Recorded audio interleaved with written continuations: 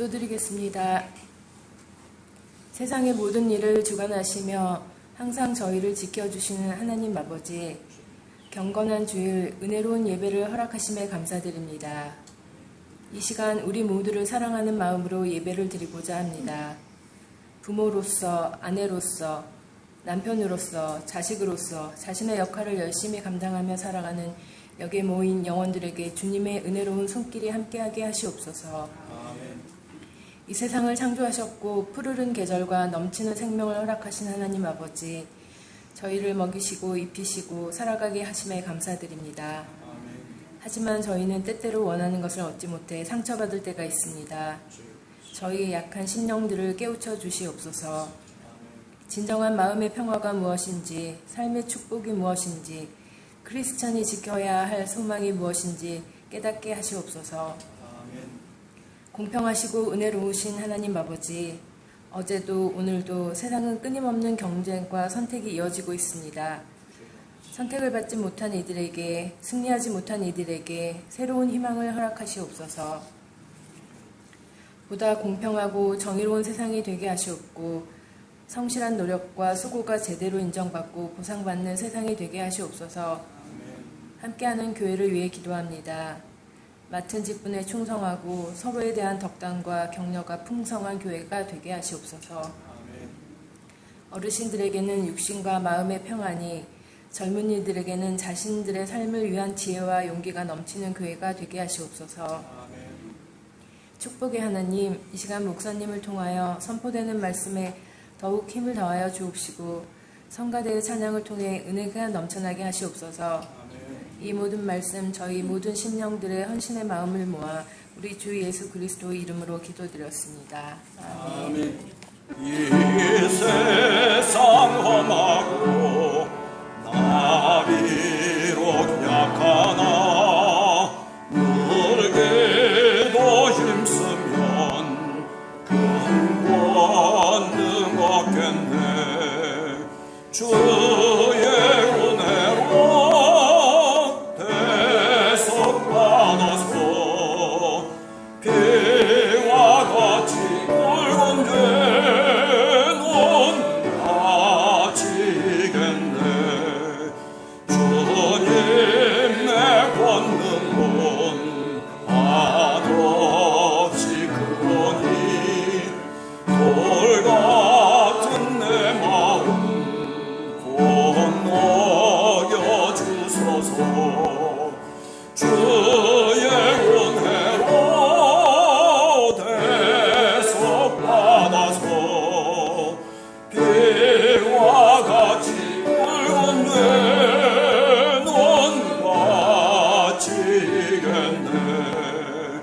내 마음이 약하여 늘 넘어지오니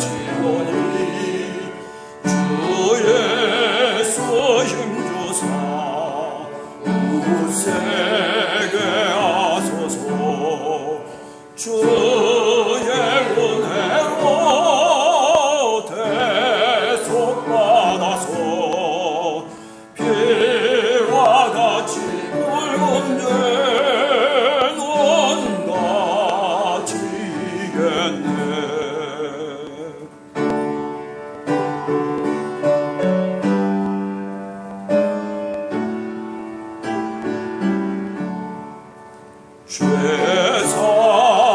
죄사함받은 새 사람 되어서 주 앞에 서는 날 늘 찬송하겠네. 주의 은혜로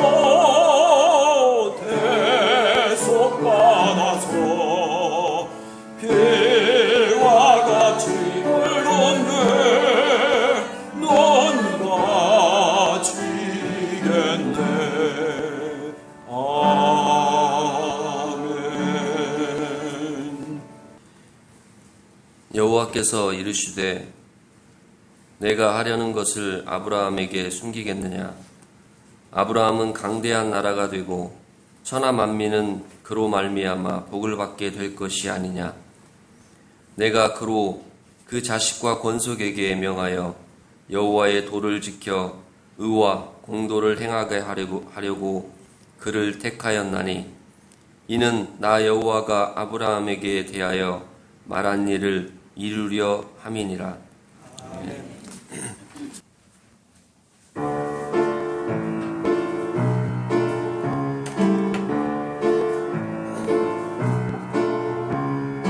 여호수아 성을 쳤네 여리고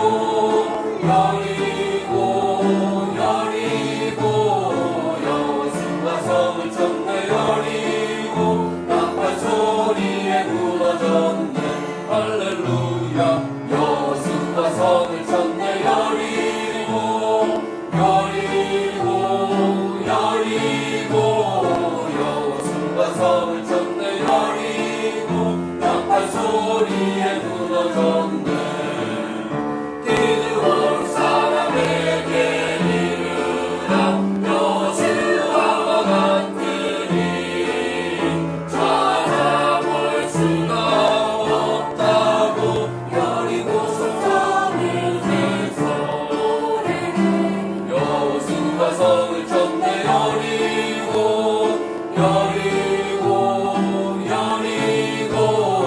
여호수아 성을 쳤네 여리고 나팔 소리에 무너졌네. 성을 일곱번 돌며 제사장 양각 나팔을 불 때에 큰 소리 질러 외치라 여호와가 붙이셨다. 양각 나팔 불며 이스라엘 소리 질러 여호수아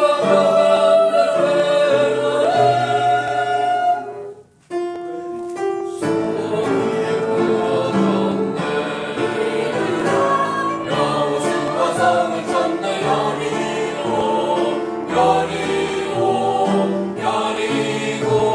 여호수아 성을 쳤네 여리고 나팔 소리에 무너졌노라. 여호수아 성을 쳤네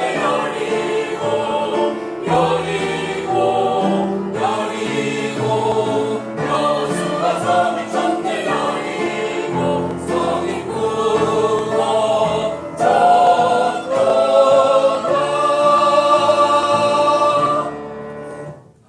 예, 오늘은 우리가 믿음의 조상 아브라함에 대해서 그분이 도대체 어떤 분인가, 우리와는 어떤 차이가 있는 분인가, 또는 그 아브라함의 믿음이라고 하는 것이 우리들에게 어떻게 오늘 적용돼야 되나 라고 하는 그런 내용들을 한번 우리가 깊이 생각해 보려고 합니다.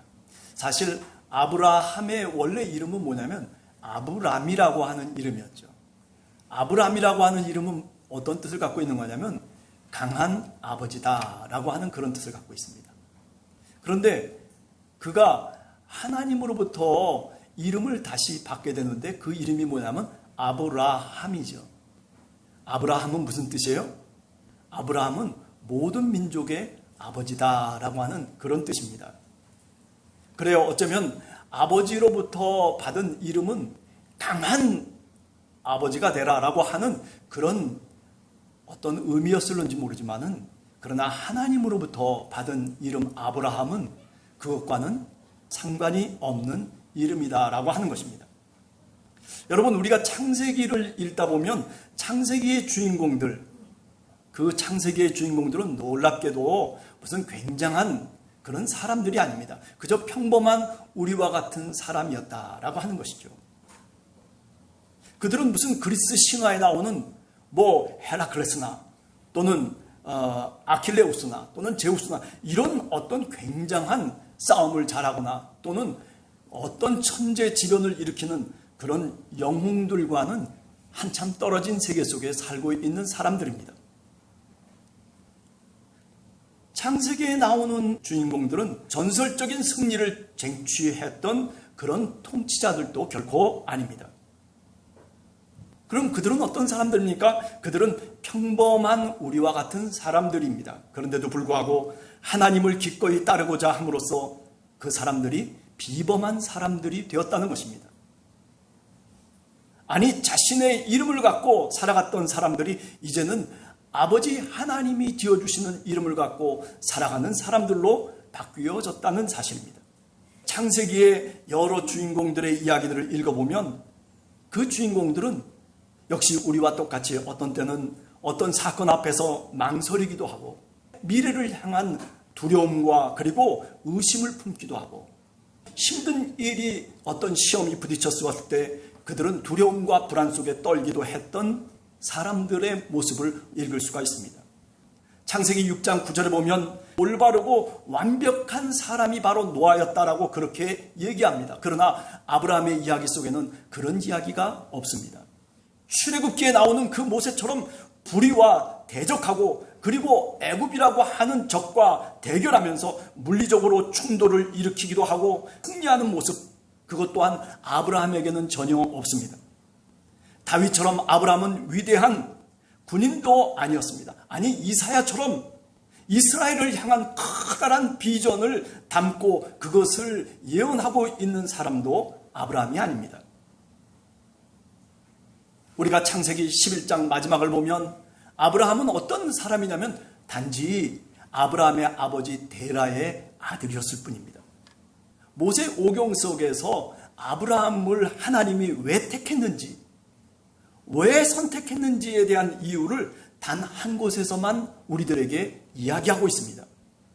그게 바로 오늘 우리가 읽은 창세기 18장 17절에서부터 19절입니다. 이 장면 속에서만 아브라함을 하나님이 왜 선택했는지에 대한 이유를 설명하고 있습니다. 여기 여호와의 도를 지켜서 공의와 정의를 행하게 하려고 아브라함을 택했다라고 그렇게 여호와 하나님이 아브라함에게 말씀하고 있습니다. 여호와 하나님이 원하시고 가르쳐 주시는 그 길을 따라서 그래서 정의와 공의를 행할 수 있도록 아브라함을 택했다라고 하는 그런 말씀인 것입니다. 하나님이 아브라함을 택한 목적은 뭐냐면은 다른 것 아닙니다. 여호와 하나님이 가르쳐 주신 그 길대로 그 뜻대로 살피며 살아갈 수 있도록 하기 위해서 그를 선택했다라고 그렇게 말씀하고 있는 것입니다. 우리가 예수 그리스도를 믿으면서 하나님을 믿으면서 우리 마음속에 간절한 소원을 갖고 있는 것은 뭐냐면 바로 이렇게 하나님이 가르쳐 주신 그 길을 정말 의롭고 거룩하게 살아가기를 원하고 그리고 하나님이 원하시는 그 뜻대로 살아가려고 하는 그런 간절한 마음을 갖고 우리가 하나님을 오늘 또 기대하며 예배하는 자들로 오늘도 우리가 이 자리에 있는 것 아닐까라는 생각을 해보게 됩니다. 자, 그런데도 불구하고 우리가 창세기를 가만히 읽어보면 아브라함이 도대체 어떤 사람이었는가? 첫 번째로는 그는 하나님의 은혜를 받은 자였습니다. 메소포타미아 우르라고 하는 그 지역은 우상의 문화가 들끓고 있는 지역이었습니다. 그런데 그 우르라고 하는 지역에서 빠져나오라는 하나님의 음성에 누가 응답하고 있냐면 바로 아브라함이 응답하고 있는 겁니다. 우리가 창세기 12장 1절을 보면 아브라함이 고향 친척 아비의 집을 떠나서 하나님이 지시하는 땅으로 빠져나왔다라고 얘기하고 있습니다. 이게 쉬운 일이 결코 아닙니다. 지금까지 살아왔던 그 고향과 그리고 그 친척과 자신의 아비의 집을 떠난다라고 하는 것은 고대 세계 속에서 보면 죽음과 같은 것입니다. 죽음을 불사하고서라도 그 우상을 섬기고 있는 메소포타미아 우르의 지방을 하나님께서 떠날 수 있는 그런 은혜를 아브라함에게 주셨기 때문에 아브라함이 떠날 수 있었다는 것입니다. 여러분, 우리가 잘 알듯이 은혜는 공짜입니다. 그러나 그 은혜를 받은 신앙인은 놀랍게 반응을 합니다. 이게 바로 결단입니다.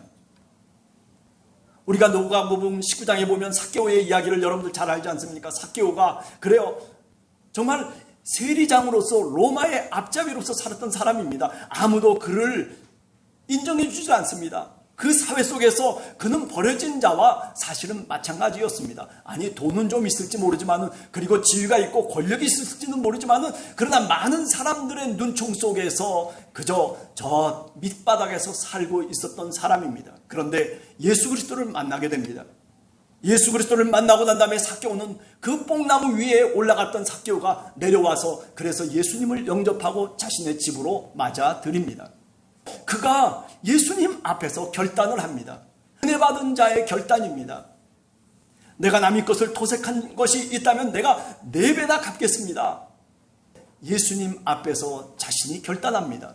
은혜를 받은 사람들은, 은혜를 받은 신앙인들은 이런 결단을 하기 마련입니다. 은혜는 공짜일지 모르지만은, 그러나 그 공짜 은혜가 내 삶 속에 주어지기 시작하면, 그러면 나는 새로운 사람으로 변화되기 시작합니다. 아브라함이라고 하는 사람이 아브라함으로 변화되듯이 우리 모두도 은혜를 받게 되면 바로 이렇게 우리의 이름이 바뀌어진다는 사실입니다. 이런 결단은 쉬운 일이 결코 아닙니다. 그것은 하나님의 은혜가 임해야 되는 것입니다.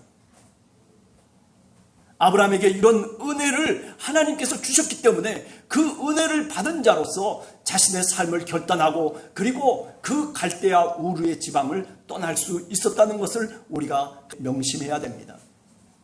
여러분들과 저도 마찬가지일 것입니다. 하나님의 은혜를 받았다면, 그렇다면 하나님께서 우리에게 어떤 사명을 주시고 어떤 결단을 우리들에게 요구하고 계시는지를 들어야 됩니다. 그런 음성을 듣는 여러분들이 되시기를 간절히 주님의 이름으로 축원합니다. 아브라함은 또 어떤 사람이었습니까? 하나님의 은혜를 받은 자였을 뿐만 아니라 하나님의 약속을 받은 자였습니다. 하나님의 약속을 믿고 그리고 이 아브라함이 믿음으로 살아야 하는 자로서의 사명을 하나님께서 주신 것입니다. 그를 열방의 아버지로 삼고 모든 민족이 너로 말미암아 복을 얻을 것이라고 하는 그런 말씀을 누구에게 주십니까? 아브라함에게 주십니다. 이것이 아브라함의 사명이었습니다. 하나님의 약속은 바로 그것이었습니다. 아브라함은 이런 부름을 받고 이런 사명을 받고 하나님의 약속을 받은 자였기 때문에 그는 끝까지 그 사명을 지켜나갑니다. 우리가 창세기를 읽어보면 12장에서부터 저 22장, 23장, 24장 아브라함은 어떤 위험과 어떤 사건 속에서도 자신의 믿음을 지키기 위해서 하나님을 붙잡고 그리고 하나님 이름을 부르고 있는 것을 우리가 분명히 깨달아 알 수가 있습니다. 그는 사명의 사람이었습니다. 창세기 22장 마지막 모리아 산에서 벌어진 아들 이삭을 바치는 그 사건까지도 그는 믿음의 아버지로 살아갈 것을 다짐하고 있는 것입니다. 아니, 칼을 들고 찌르는 그 순간까지도 믿음의 조상으로서 하나님의 약속과 사명을 지키는 믿음의 사람으로 아브라함은 끊임없이 하나님을 의지하면서 살아가고 있다는 것입니다. 여러분, 우리들에게도 하나님께서 이런 사명을 주셨습니다. 무슨 자기의 외아들을 죽이라고 하는 이런 엄청난 일을 하나님께서 우리에게 맡기신 것이 아닙니다. 우리가 마태복음 28장 16절 이하에 보면 예수님께서 승천하시기 전에 제자들에게 말씀하신 그 사명의 말씀이 있습니다. 그것이 무엇입니까? 모든 민족으로 제자를 삼아 아버지와 아들과 성령의 이름으로 세례를 주고 그리고 내가 분부한 모든 것을 가르쳐 지키게 하라고 그렇게 예수님이 부활하신 그분께서 제자들에게 당부하신 말씀 우리가 잘 기억하고 있습니다. 그리하면 내가 세상 끝날까지 너희와 함께 있을 것이다 라고 그렇게 약속하시고 그리고 그 사명을 우리에게 주신 것입니다. 여러분, 우리들도 하나님의 약속을 받은 사명자들입니다. 우리 한 사람 한 사람에게 하나님이 주신 사명이 무엇인지를 깨닫는 것이 그렇게 중요한 것입니다. 여러분들에게는 하나님이 어떤 음성으로 어떻게 부르시고 그리고 어떤 사명을 하나님이 여러분들에게 말씀하셨습니까? 하나님이 주시는 그 음성을 여러분들도 분명히 들었을 것이라고 생각합니다. 오늘 마태복음 28장 16절 이하에 나오는 하나님의 음성, 부활하신 그리스도의 음성을 듣는 여러분들이 되시기를 간절히 소원합니다. 우리들도 하나님의 약속을 받은 자들이라고 하는 것, 하나님의 사명자라고 하는 것을 잊지 말고 한 주간도 살아가는 우리 모두가 되기를 간절히 소원합니다. 아브라함은 또 누구였냐? 세 번째 보면 하나님이 지켜주시는 자였습니다. 아니, 그렇습니다. 우리가 창세기 12장 17절 이하에 보면 여호와께서 아브라함의 아내 사레의 일로 바로와 그 집에 큰 재앙을 내리셨다라고 그렇게 이야기하고 있습니다. 아브라함이 사라를 데리고 저 애굽으로 내려가서 바로 왕을 만나게 됩니다. 사라를 달라고 하는 겁니다. 그래서 자신의 아내인 사라를 주게 됩니다. 하나님이 그 일 속에 개입하셔서 하나님이 그 일을 관여하시고 그리고 하나님이 아브라함과 그 가족을 지켜주고 있다는 사실입니다. 아니 창세기 20장 2절 이하도 마찬가지입니다. 아브라함이 그랄 왕 아비멜렉에 갔을 때에도 똑같은 사건이 다시 반복되고 있습니다. 창세기 20장 2절에 보면 그의 아내 사라를 자기 누이라 하였으므로 그랄 왕 아비멜렉이 사람을 보내어 사라를 데려갔더니 그 밤에 하나님이 그에게 현몽하시어 이르시되 네가 죽으리라 그녀는 남편이 있는 여자임이라 하고 그렇게 꿈을 주십니다. 누구에게? 그랄 왕 아비멜렉에게 주십니다. 아내를 빼앗길 수밖에 없는 그런 시험 속에서 하나님이 그를 지켜주십니다. 하나님이 그를 구원해 주십니다. 우리도 하나님의 사랑 안에서 보호받고 그리고 그 보호함 속에서 살아갈 수 있는 자격이 있는 하나님의 자녀들입니다. 우리가 사도 바울의 말씀을 들을 수가 있습니다. 사도 바울이 로마서 8장 31절 39절을 통해서 사도 바울은 이렇게 얘기하고 있습니다. 만일 하나님이 우리를 위하시면 누가 우리를 대적하리요? 아니 누가 우리를 정죄하리요? 아니 누가 우리를 그리스도의 사랑에서 끊을 수 있겠느냐? 우리를 우리 주 예수 그리스도 안에 있는 하나님의 사랑에서 어느 누구도 그 사랑을 끊을 수 없다라고 그렇게 단언하고 있습니다. 여러분 그렇습니다. 하나님의 사랑에서 우리를 끊을 수 있는 그 어떤 무엇도 없습니다. 하나님이 우리를 하나님의 자녀 삼으시고 하나님의 백성 삼으신 것, 이것은 하나님이 지켜주시겠다라고 하는 분명한 약속의 징표인 것입니다. 나는 하나님이 지켜주시는 자라고 하는 그런 믿음을 갖고 한 주간도 담대하게 그리고 용감하게 살아갈 수 있는 여러분들이 되시기를 간절히 주님의 이름으로 축원합니다. 자, 그렇다면 아브라함이 하나님의 은혜를 받은 자고 그리고 하나님의 약속을 받은 자고 그리고 하나님이 지켜주시는 자라면, 그렇다면 아브라함은 그럼 자신의 삶 속에서 어떤 삶을 살았을까? 그죠? 첫 번째는 아브라함은요, 자신의 책임을 잘 끝까지 지켜나가는 사람이었습니다. 하나님의 부르심 앞에 끝까지 개인적인 책임이 무엇인지를 깨닫고 그리고 그 믿음의 책임을 위해서 끝까지 순종했던 사람이 바로 아브라함이라는 것입니다. 아담은 하나님의 음성과 하나님의 뜻을 거역했던 사람입니다. 그래서 에덴에서 쫓겨났습니다. 못 땅에 거주하면서 떠돌이 신세가 되어 말았습니다. 사실은 에덴 동산에서 책임 있는 신앙인으로서 아담과 하와는 살아야 됐어요. 하나님의 말씀에 순종하면서 지키면서 살았어야 됨에도 불구하고 아담과 하와는 그 책임을 회피하고 맙니다. 아니, 그 책임을 무너뜨리고 맙니다. 그러나 아브라함은 끝까지 책임 있는 신앙인으로서 하나님 앞에서 살아가는 신앙인으로서 자신의 삶을 다하고 있다는 것을 우리가 분명히 알게 됩니다. 창세기 12장 4절에 보면 이런 말이 있습니다. 아브라함이 여호와의 말씀을 따라갔다라고 그렇게 말하고 있습니다. 여러분 그렇습니다. 우리 신앙인이라면 우리가 은혜를 받은 자고 우리가 정말 사명을 받은 자고 우리가 하나님이 지켜주시는 자라면 우리는 어떻게 살아야 됩니까? 어떤 신앙인이 되어야 됩니까? 그것은 바로 내가 책임을 다하는 신앙인이 되어야 됩니다. 내게 주어진 책임이 있습니다. 그저 경우에 따라서 이때는 이렇게 살아가고 저때는 저렇게 살아가는 그런 모습이 아니라 일관되게 내가 정말 신앙인으로서 살아가는 그 모습이 사실은 우리들에게 필요하다는 말씀입니다. 두 번째로 아브라함은 도덕적인 책임을 그가 질 줄 아는 사람이었다라고 하는 것입니다. 아니, 가인이 자신의 동생 아벨을 죽였습니다. 그래서 하나님이 묻습니다. 네 동생 아벨이 어디 있느냐? 그랬더니 이 가인이 뭐라고 하나님께 대꾸를 합니까? 내가 아우를 지키는 자니까. 그러나 아브라함은 그렇지 않았습니다. 아브라함은 도덕적 책임을 자신의 신앙으로 받아들이고 있습니다. 사실 롯이 아브라함을 떠나버렸습니다. 서로 다툼이 일어났어요. 아브라함과 롯이. 그래서 아브라함이 얘기합니다. 뭐라고 얘기합니까? 네가 좌하면 나는 우할 것이고 네가 이곳으로 가면 나는 저곳으로 갈 것이다 라고 그렇게 아브라함이 롯에게 양보를 합니다. 그래서 롯이 소돔 땅을 자신이 택하게 됩니다. 그 땅은 에덴과 같고 물이 많고 애굽과 같은 땅이었다라고 그렇게 창세기에서 얘기하고 있습니다. 아브라함의 뜻과는 다르게 빗나가버린 조카 롯이 동방의 5 왕에게 끌려가고 맙니다. 그래서 죽음의 늪에 빠집니다.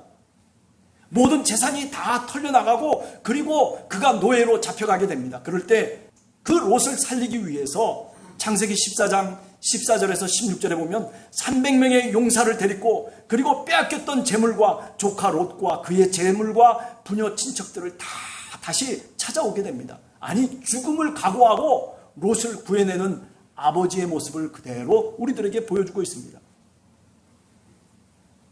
이것은 가인의 이야기와는 전혀 다른 이야기입니다.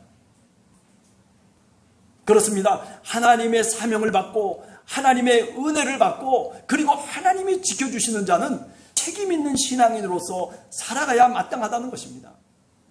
아브라함은 바로 그렇게 살아갔던 자인 것을 성경이 이야기하고 있는 것입니다.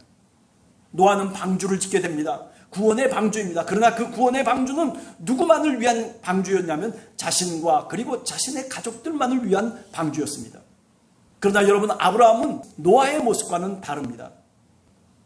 창세기 18장 23절 이하를 보면 아브라함은 소돔이 멸망하고 그리고 고모라가 멸망할 것이라고 하는 하나님의 그 예언의 말씀을 듣고서는 그는 그 이웃 소돔을 위해서 기도합니다. 하나님께 몇 번이고 계속해서 끊임없이 기도합니다. 의인 50명만 있어도 살려주시겠습니까? 의인 45명만 있어도 살려주시겠습니까? 40명, 30명, 20명, 10명 소돔과 고모라를 위해서 아브라함은 이렇게 몇 번씩이고 하나님 앞에 기도하고 있는 겁니다. 구원을 위해서 기도하고 있습니다. 끊임없이 하나님 앞에 그 소돔의 구원을 위해서 기도하고 있는 이 모습은 노아의 모습과는 다른 모습입니다. 너도 그리고 우리 모두가 라고 하는 그런 공동체적인 책임을 아브라함은 감당하고 있다는 것입니다. 그래서 나만을 위한 방주가 아니라 나만을 위한 교회가 아니라 우리만의 교회가 아니라 세상을 향해서 열려져 있는 아니 저들도 구원받아야 마땅한 그런 마음과 뜻을 갖고 아브라함은 소돔과 고모라를 위해서 기도했다는 사실을 우리는 기억해야 됩니다. 더 나아가서 아브라함은 자신의 이름을 위해서 산 사람이 아닙니다. 자신의 이름을 버린 사람이며 아브라함이라고 하는 강한 아버지라고 하는 뜻을 갖고 있는 바로 그 이름을 버리고 어떻게 하나님이 주시는 이름으로 바꾸었습니다. 아브라함이라고 하는 선교적인 이름으로 바꾸어 놓고 있습니다. 창세기 11장에 보면 하늘 끝까지 바벨탑을 닿게 하자는 그런 교만한 마음을 품고 바벨탑을 쌓기 시작합니다. 하늘에 닿게 하여 우리 이름을 내고 바벨탑을 쌓는 목적을 얘기하고 있습니다. 자신들의 이름을 내기 위해서입니다. 하나님의 이름과는 상관없습니다. 그러나 아브라함은 하나님의 이름을 위해서 살았던 사람입니다. 하나님의 이름을 위해서 외아들까지 이삭까지 바쳤던 사람입니다. 창세기 22장 10절에 보면 손을 내밀어 칼을 잡고 그 아들을 잡으려 하니 그 아들을 잡으려고 할 때 하늘에서 하나님의 음성이 들립니다. 아브라함아, 아브라함아. 하나님의 이름 앞에서라면 순종하고 그리고 복종하기를 원했던 아브라함의 이 믿음의 모습. 아니 외아들까지 바쳐가면서 하나님께 다가가고 있는 아브라함의 모습을 오늘 우리들도 가만히 생각을 해봐야 됩니다. 우리는 여러 가지 핑계를 대면서 우리가 헌신하지 못하는 것에 대해서 핑계를 이렇게 저렇게 대기도 합니다. 하나님은 이렇게 아브라함처럼 하나님의 이름을 위해서 절대적인 헌신의 신앙까지도 하나님은 우리들에게 원하고 있다는 사실입니다. 어떻게 아브라함이 하나님 앞에 자신을 헌신하고 어떻게 아브라함이 정말 믿음의 조상이 되었는지 믿음의 사람으로 그가 나아가고 있는지를 우리가 한 번 더 깊이 마음속에 새겨야 된다는 말씀입니다. 그렇습니다. 아담과 하와, 가인과 아벨, 그들은 하나님의 이름을 부르지 않았어요. 그러나 아브라함은 모든 것이 부족했어도 하나님의 이름을 부릅니다. 창세기 12장 8절에 보면 그가 그곳에서 여호와께 제단을 쌓고 여호와의 이름을 부르더니, 여호와 하나님을 만나고 난 다음에 하나님의 이름을 부르기 시작합니다. 우리가 지난 주일날도 말씀드렸지만 셋과 에노스의 이야기, 새로운 아담의 계보의 이야기의 출발점은 뭡니까? 그들이 바로 에노스가 여호와 하나님의 이름을 부르면서 제단을 쌓았다는 것입니다. 다시 말하면 새로운 아담의 계보라고 하는 것은 이렇게 예배자로서 하나님 앞에 주님의 이름을 부르면서 살아가는 족보를 얘기하고 있는 것입니다. 그런데 아브라함이 바로 그런 사람이었다는 것입니다. 여호와의 이름을 부르면서 마지막 모리아 산 위에서까지도 예배의 중심을 잡고 있는 사람이 바로 누구냐면 아브라함이다라고 하는 것입니다. 우리의 목숨이 끊어지는 그 순간까지 여호와 하나님의 이름을 부르며 그 이름을 붙잡고 살아가야 됩니다. 제단을 쌓으며 예배가 중심이 되는 그런 사람, 그런 신앙인이 되어야 된다라고 하는 말씀입니다. 자, 이런 점에서 본다면 이제 마지막으로 아브라함은 자신의 시대 속에 새로운 유형의 인간입니다. 아니, 지금까지 창세기 1장에서부터 창세기 11장까지 경험했던 인간의 모습이 아닙니다. 새로운 인간의 유형을 우리들한테 얘기해주고 있는 겁니다. 믿음으로 산다는 것이 무엇인지를, 하나님의 뜻을 찾으면서 살아가는 인간은 어떤 인간인지를 우리들에게 가르쳐주고 있는 겁니다.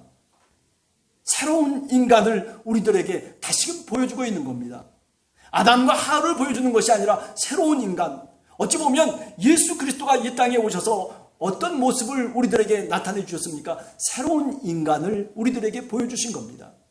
하나님과 동행하는 인간이 어떤 모습인가라고 하는 것을 예수 그리스도는 우리들에게 가르쳐 주셨습니다. 오늘 이 아브라함도 마찬가지입니다. 그저 우리는 하나님의 은혜만 받았다라고 하는 걸로 만족할 수도 있습니다. 아니, 하나님께 내가 사명을 받았다라고 하는 것으로서 내가 그렇게 살아가야지라고 하는 마음만 갖고 살아갈 수도 있습니다.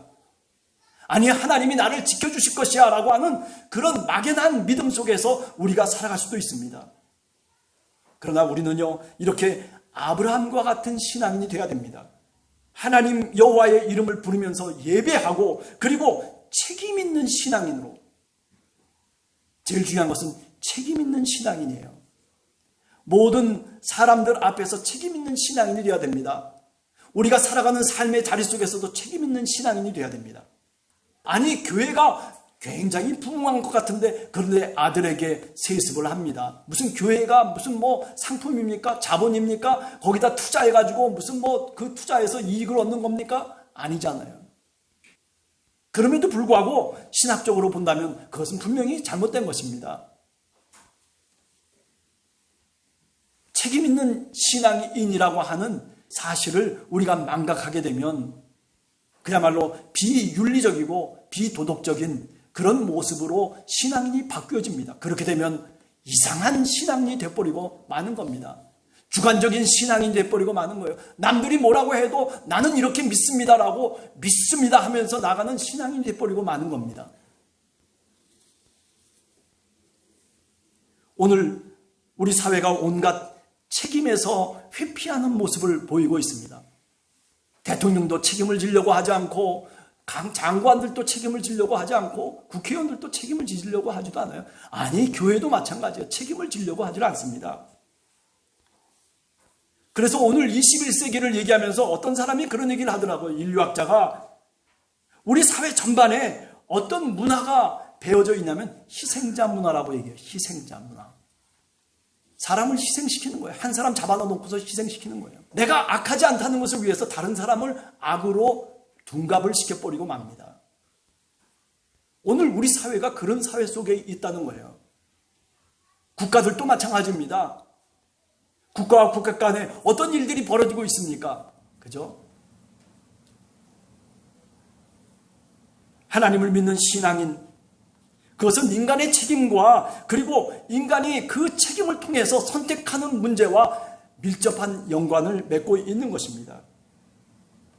믿음의 삶을 살고자 원하는 사람은 책임 있는 신앙이 되어야 되고, 그리고 바른 선택에 대한 책임을 내 스스로 질 줄 아는 그런 신앙이 되어야만이, 그래야 정말 우리가 사회를 변화시킬 수 있고, 신앙을 통해서 믿음이라고 하는 것이 얼마나 힘이 있고 용기 있는 것이라고 하는 것을 우리가 스스로 자인할 수 있는 것 아니겠어요?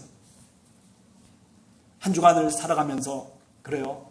얼마나 우리 사회가 바쁘게 변화돼 가고, 그리고 얼마나 정말 비윤리적인 모습으로 바꿔져 가는지 참 답답할 때가 많지만은, 그러나 아브라함의 이야기를 통해서 한 번 더 우리가 아브라함과 같은 이런 신앙인으로, 아니 평범한 사람을 하나님께서 부르셔서 그래서 이런 위대한 믿음의 조상이 되게 하신 하나님의 은혜를 생각하면서 우리들에게도 그런 힘과 그런 지혜와 그런 능력을 하나님께서 주시기를 원하고 기도하는 여러분들 모두가 되시기를 간절히 주님의 이름으로 축원합니다.